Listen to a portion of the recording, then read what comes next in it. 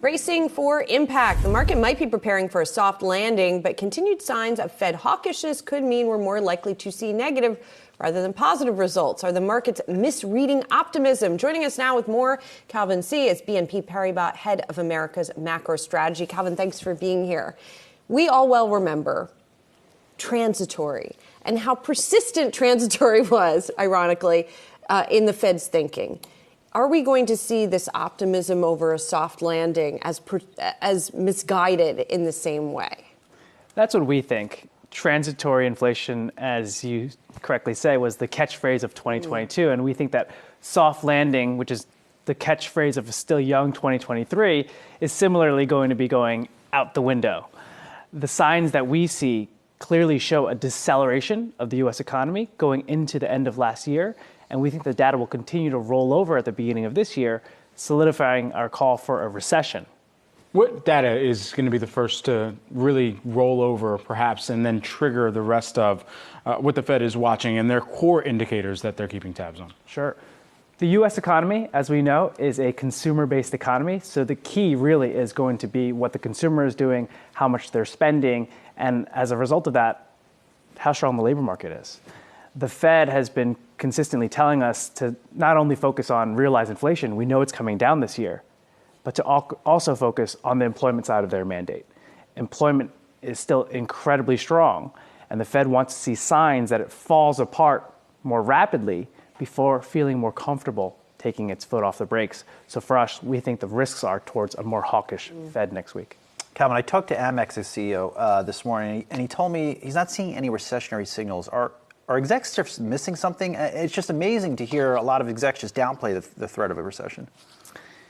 So far, the signs haven't necessarily been there yet. The end of last year was stronger than most people expected. Again, fourth quarter GDP was strong. But when we look forward, remember, monetary policy, as we know, acts with long and variable lags. And these long and variable lags, we think, are finally hitting the economy. And given what we've seen intra-quarter in the fourth quarter, that to us is showing signs of deceleration, a weakening consumer, weakening imports, inventory builds. These are all signs that we see that confirm our belief that a recession is going to happen, and the markets don't have this priced in. So talk to us about how this is going to manifest with the Fed. You mentioned next week we might get a more hawkish Fed. Does that mean that the consensus around 25 basis points is incorrect, or do you think it's more going to be a tonal shift, if you will, from the Fed? We think that a 25 basis point rate hike is pretty much locked in, so the markets have that right.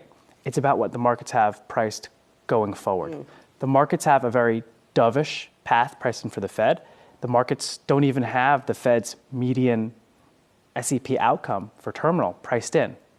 And the markets are pricing in a very rapid pace of rate cuts in the back half of this year, which we don't agree with. So we think the Fed is going to continuously push back against those rate cuts. And as those cuts are taken out of the curve, we think that's one of the key catalysts that's going to get risk markets down. So just to put a fine point on this, there's been this whole debate over that the markets and the Fed are not in the same place. Who is going to be right and who is going to be wrong? You say the Fed is going to have it here. Based on what we see now, we think it's going to be the Fed. And that's really based on our read of inflation. We think that inflation is going to remain very sticky. It's going to come down, but it's going to remain above target and at elevated levels. And so long as that's the case, and so long as the labor market still remains relatively strong, we think that the Fed will want to keep policy in restrictive territory for a longer period of time. So for all the investors that have been hearing a recession is coming, what is the strategy then for their portfolio? So for us, we have trades that we like across asset classes. In equities, we think that given the markets are not pricing in a recession, the markets are very complacent at the moment. What we see is that risk premium is very low.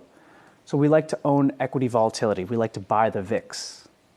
Concurrently, we would like to finance those positions by putting on payers in the United States in the front end of the curve, i.e.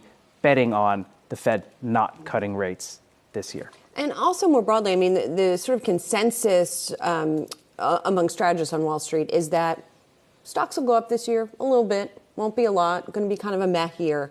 Do you think that that scenario is also too optimistic? Are we going to see more of a harsh come down for U.S. equities? We think it is too optimistic. We think that the markets are just priced in now already for a soft landing. The markets are pricing in roughly 10% earnings growth next year. The markets are trading at about a 17 and a half times multiple.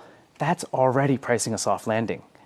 As the economic data deteriorate, as the markets move towards our recession view, we think that there's at least another 10% downside in stocks this year.